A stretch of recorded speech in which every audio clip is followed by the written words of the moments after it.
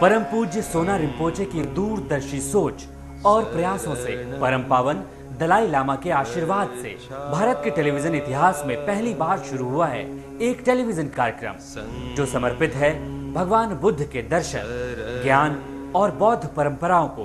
कार्यक्रम में दुनिया के तमाम बड़े बौद्ध धर्मगुरु, बौद्ध ज्योतिष शास्त्री रोज आप तक पहुंचा रहे हैं अमूल्य जानकारियां। सबसे पहले देखिए बौद्ध धर्म से जुड़ी महत्वपूर्ण जानकारियां।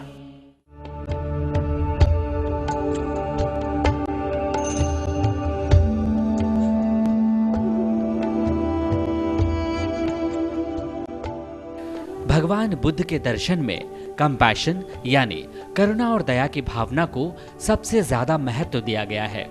आखिर इंसान अपने अंदर कैसे विकसित कर सकता है करुणा और दया की भावना को? परम पावन दलाई लामा ने यही बताया अमेरिका के सियाटल में, जब अमेरिकी पत्रकार डेव मैथ्यूज और एन करी ने उनसे विशेष चर्चा की। आप भी सुनिए ये विशेष चर्चा।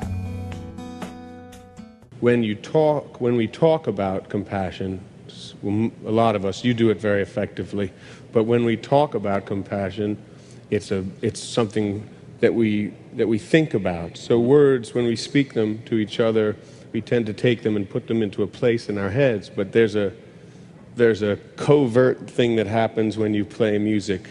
Maybe it's not that, but that it goes to the heart rather than into the head, and that the message is often relayed after that. You can love some music but not know what the words are, or not mind what the words are. Just in the way you can look at a beautiful painting and be inspired by it and not know necessarily what the inspiration for the painting is. It has its own life, and so in that way maybe music can help carry a message of love and a message of compassion. Maybe that's what I'm trying to get from you, but I think that's what you said.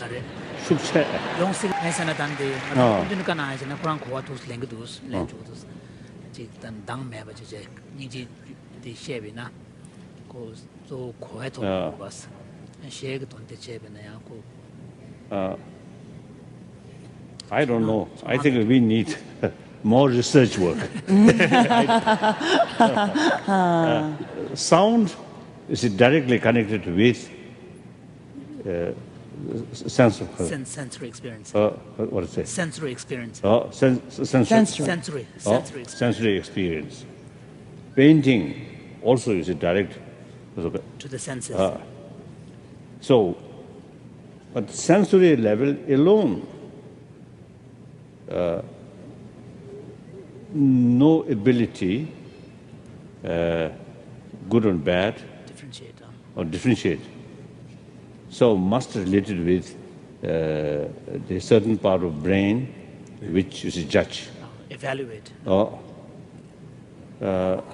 However, for example, complete silent meditation or analytical meditation in complete silence, then these sensorial consciousness, or I don't know, sensorial experiences not utilized. Yeah.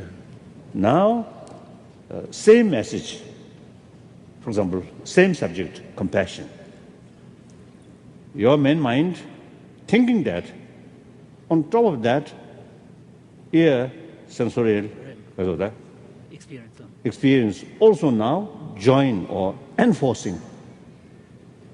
And similarly, now for example, a Buddhist drawing picture of Buddha or a Christian Jesus Christ, and particularly Mary carrying young Jesus. Baby Jesus.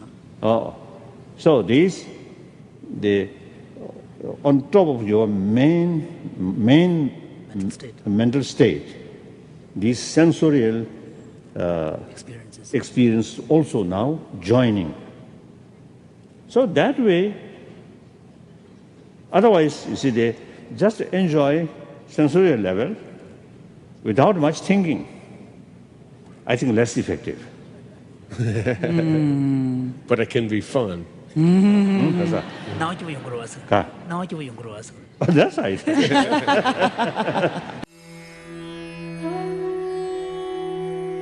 कैसे दूर हो आपके जीवन की मुश्किलें, कैसे सवरे आपका career, कैसे सफल हो आपका हर काम, क्या कहते हैं आपकी किस्मत के सितारे।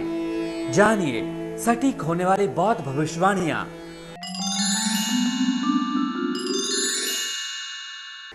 Namaste, Tashidale. 28th December, Tuesday, 23rd day of the 11th lunar month. The elemental combination is fire-wind. Good combination, and this brings strength and auspiciousness. The day is favorable for all activities, among them taking part in religious ceremonies, praying to deities, practicing dharma, and putting up prayer flags are more favorable. Phu in Namgu is also there, so you should avoid birthday celebration and avoid taking your newborn baby outside for the first time. Pumtong or empty vase is at east direction, so avoid all important activities, especially funeral procession while facing east. The day is favorable for people belong to horse, snake, mouse and pig animal sign, but unfavorable for people belong to bird and monkey animal sign. 29th December, Wednesday, 24th day of the 11th lunar month. The elemental combination is water-wind, inauspicious combination and brings disharmony and separates friends and relatives. Therefore, do not believe in any rumors and deal well with your friends and relatives in order to avoid breakups. Maginamgo falls on this day. Violent activities, especially taking part in physical fight, will not give good result. Bumtong or empty vase is at east direction, so avoid all important activities, especially funeral procession while facing east. 30th December, Thursday, 25th day of the 11th lunar month. The elemental combination is wind and wind. The combination of perfection. The day has sublime energy to quickly accomplish one's wishes. Traveling, reuniting people, and all quick and temporal activities will be successful. The day of Nyenge Namgo, so parties, especially among friends and relatives, should be strictly avoided. Moreover, the Lord of Earth, Asada Sempung, moves from south to north direction during night at 5 p.m. to till 12 a.m. Thus, undertaking journey towards that direction would be unfavorable. Bumtong or empty vase is at east direction, so avoid all important activities, especially funeral procession while facing east. Thank you and see you tomorrow at same time.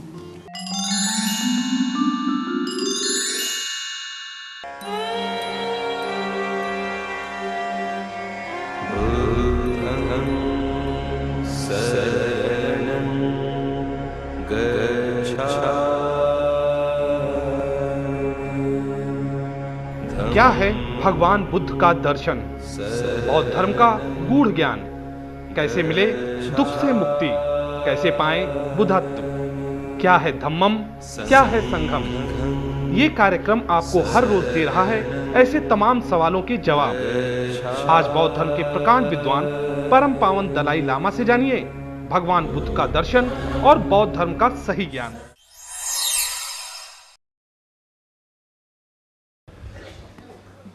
So that's differences. Now important is the philosophical viewpoint. There is big differences. Even among the theistic religion, the Christian, Islam,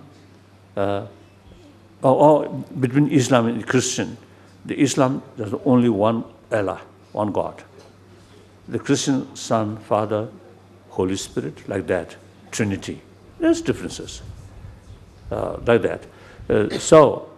But these differences in the philosophical field, the big differences.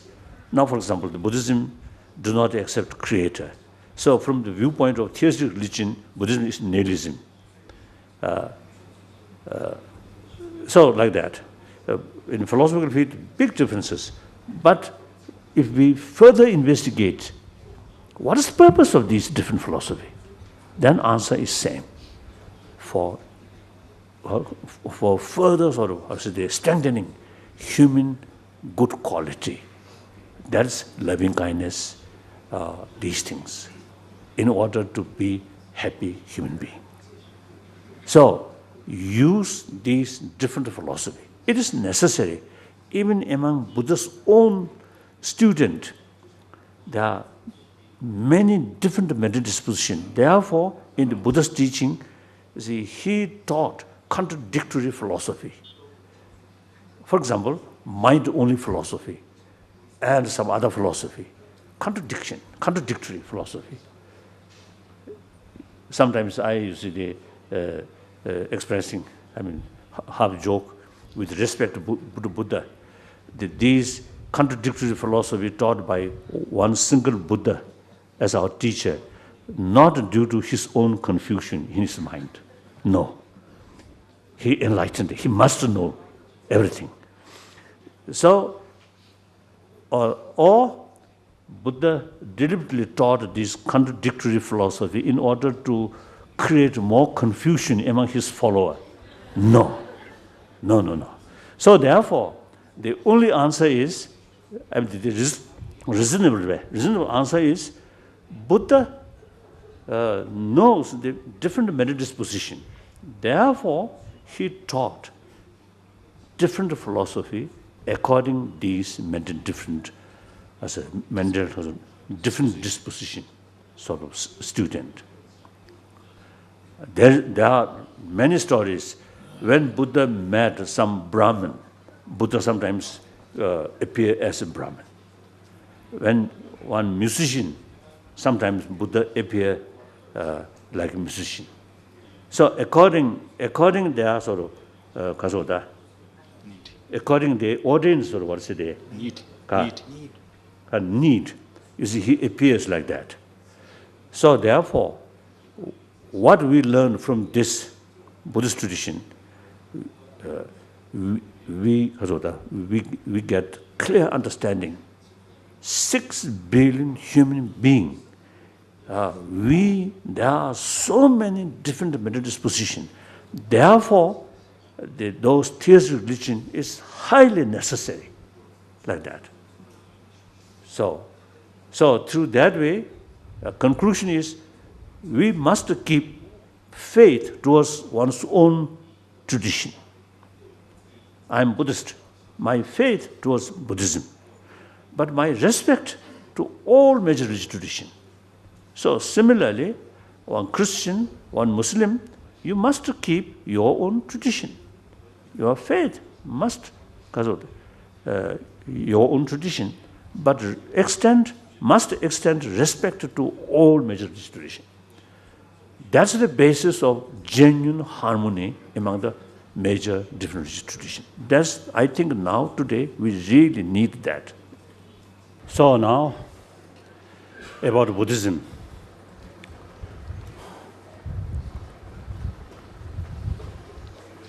At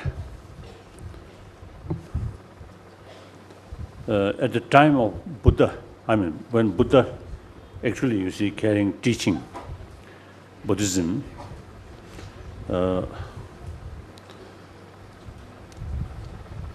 see, I think something like public teaching, one level, public teaching. I think he used the language, then I think a common language. Maybe later, I think combined these teaching in Pali text, Pali language. That is, say, publicly sort of teach. Then some selected people, among his disciples, some selected who also have the ability, you see, to see some bodhisattva like Maitreya Bodhisattva, the Kasa, Kudu Samusa Kasa, Samantha Batra, Buddhisadoa, Manzushiri Buddhisadoa, our Lukushara Buddhisadoa. You see, these form form a deity form, not just rough physical, including such sort of disciple. Then another very, very selective, very few individual. Then he carried the teaching of Buddhist Tantrayana. So, right from the beginning, some Buddhist follower, you see, very sort of skeptical about Sanskrit tradition, so-called Mahayana Buddhism, because he not taught these teaching in publicly. So when Nagarjuna come, according literature, according sort of Buddhist literature, after 400 years, Buddha passed away. After 400 years, it's Nagarjuna came. So in his writing, like Precious Garland, you see, he mentioned the Mahayana teaching is actually teachings of Buddha, Buddha's own teaching and Sanskrit tradition. So like Panchaparamita Sutra is there in Sanskrit language, and it mentioned the, I think, special practice of Bodhisattva, so that eventually describe Mahayana Buddhism.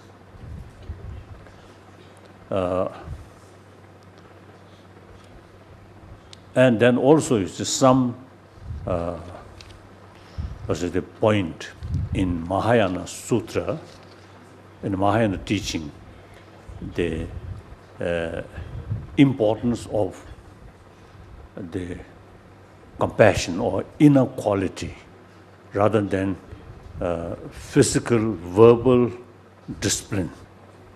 So Vinaya mainly emphasizes the discipline of physical action, verbal action, not much about mental action. The Mahayana teaching emphasizes more on mental sort of discipline. And also, you see, because you see the improvement of mental thinking, so the infinite altruism, that's bodhicitta, bodhishin, right? Bodhicitta emphasis.